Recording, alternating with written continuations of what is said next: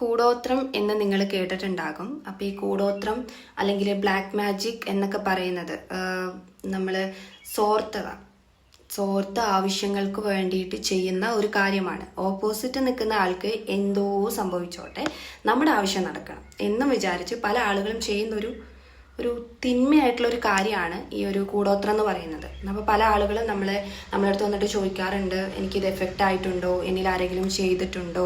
കാരണം life set ആവണില്ല, അവർക്ക് ലൈഫിൽ നഷ്ടം മാത്രമേ ഉള്ളൂ. നന്നാവണം എന്ന് വിചാരിച്ചാലൊന്നും നടക്കാത്തൊരു ഇത്.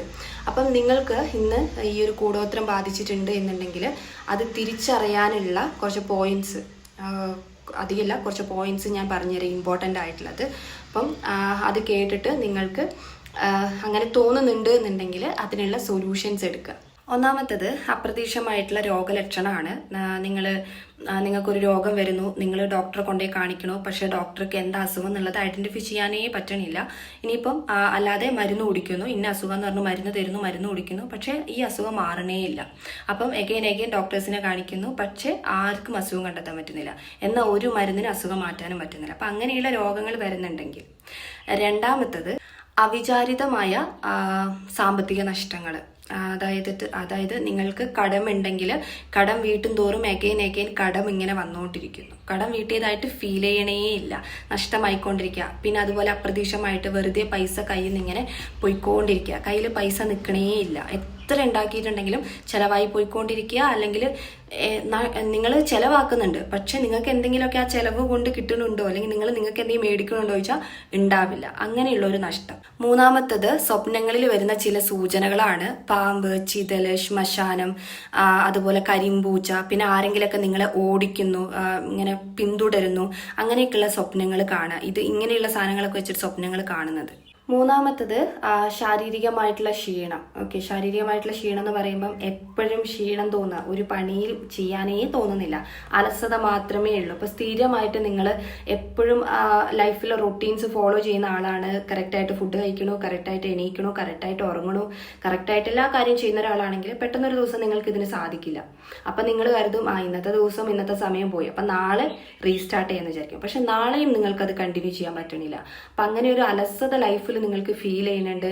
എപ്പോഴും ഇങ്ങനെ ഉറക്കം വരും, എപ്പോഴും ഇങ്ങനെ വെച്ചുകൊണ്ടിരിക്കുക, ക്ഷീണം മാത്രം, അങ്ങനെ തോന്നുന്നുണ്ടെങ്കിൽ. പിന്നെ കാരണമില്ലാതെ നിങ്ങൾക്ക് ഇങ്ങനെ പേടി തോന്നുക, പെട്ടെന്ന് ഇങ്ങനെ ഞെട്ടി പോവുക, പിന്നെ വിഷാദം, പിന്നെ ബന്ധങ്ങളിൽ ഉണ്ടാകുന്ന വിള്ളലുകൾ. അതായത് റിലേഷൻഷിപ്പ് ഫ്ലോപ്പായി പോകുന്നു, വെറുതെ പ്രശ്നങ്ങൾ ഉണ്ടാകുന്നു. ഹസ്ബൻഡ് ആൻഡ് വൈഫ് ആണെങ്കിൽ ഒരിക്കലും ഇല്ലാത്ത പ്രശ്നങ്ങൾ ക്രിയേറ്റ് ആയിട്ട് വരുന്നു, അണ്ടർസ്റ്റാൻഡിങ് ഇല്ലായ്മ വരുന്നു, വെറുതെ അങ്ങോട്ടും ഇങ്ങോട്ടും ആർഗ്യുമെന്റ്സ്, തർക്കങ്ങൾ ഉണ്ടാകുന്നു. ഒരിക്കലും ഇല്ലാത്ത സംഭവങ്ങളൊക്കെ ലൈഫിൽ ഉണ്ടാവുകയാണ്, ബന്ധങ്ങളുടെ ഇടയിൽ ഉണ്ടാവുകയാണ്. മറ്റുള്ളവർ നിങ്ങളെ കാരണമില്ലാതെ വെറുക്കുന്നു, അവോയ്ഡ് ചെയ്യുന്നു, പിരിയേണ്ടി വരുന്നു, വേർപെടേണ്ടി വരുന്നു, എപ്പോഴും കലഹങ്ങൾ ഉണ്ടാവണു. അപ്പൊ ഇങ്ങനെയൊക്കെ ഉണ്ടെങ്കിലും ശ്രദ്ധിക്കുക.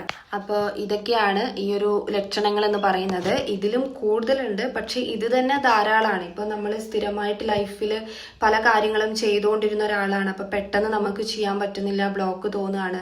ഫിനാൻഷ്യലിയും എല്ലാ തരത്തിലും പഠിക്കുന്ന കുഞ്ഞുങ്ങളൊക്കെ ആണെങ്കിൽ അവർക്ക് പഠിക്കാനൊന്നും പറ്റുന്നില്ല എന്നൊക്കെ ഉണ്ടെങ്കിൽ അത് ഈ ഒരു കൂടോത്രം എന്ന് മാത്രമല്ല, ദൃഷ്ടി, കണ്ണീർ നമ്മൾ പറയും. അപ്പം ഈ ഒരു ബ്ലാക്ക് മാജിക്കിൽ പലതരത്തിലുണ്ട്. നമ്മൾ നാവും കൊണ്ടാകാം, നമ്മളുടെ ചിന്തകൾ കൊണ്ടാവാം, അങ്ങനെ പലതരത്തിലും പ്രവൃത്തികൾ കൊണ്ടായിരിക്കാം. അപ്പൊ ഇങ്ങനെ ചെയ്യുന്ന ആളുകൾ ഉണ്ടാകും, അല്ലാതെ കണ്ണേറ് എന്നൊക്കെ പറയാം. ഇങ്ങനെ പലതരത്തിലും നമ്മൾ എഫക്റ്റ് ആവും. അപ്പൊ ഇതൊക്കെ നമ്മുടെ ലൈഫിൽ നമ്മളെ സ്പോയിൽ ചെയ്യാൻ, അല്ലെങ്കിൽ നമ്മളുടെ ഒരു പോസിറ്റീവ് ആയിട്ടുള്ള കാര്യങ്ങളെല്ലാം തന്നെ തകർക്കാൻ വേണ്ടിയിട്ട് സാധിക്കും. അപ്പൊ ഈ പറഞ്ഞ പ്രശ്നങ്ങളൊക്കെ നിങ്ങൾക്കുണ്ട് എന്നുണ്ടെങ്കിൽ സ്വയം ഒരു ഐഡിയ വെക്കുക. നിങ്ങൾക്ക് നഷ്ടങ്ങൾ ഉണ്ടാവുന്നുണ്ട്, ലൈഫ് സെറ്റ് ആവുന്നില്ല എന്നുണ്ടെങ്കിൽ കമന്റ് ചെയ്യുക. ഈ ലക്ഷണങ്ങളൊക്കെ ഉണ്ടെങ്കിൽ കമന്റ് ചെയ്യുക. നമുക്ക് നെക്സ്റ്റ് വീഡിയോയിൽ ഇതിനൊരു സൊല്യൂഷൻ, ഈ ബ്ലാക്ക് മാജിക്കിന് സൊല്യൂഷൻ ആയിട്ട് നമുക്കൊരു വീഡിയോ ചെയ്യാം കേട്ടോ.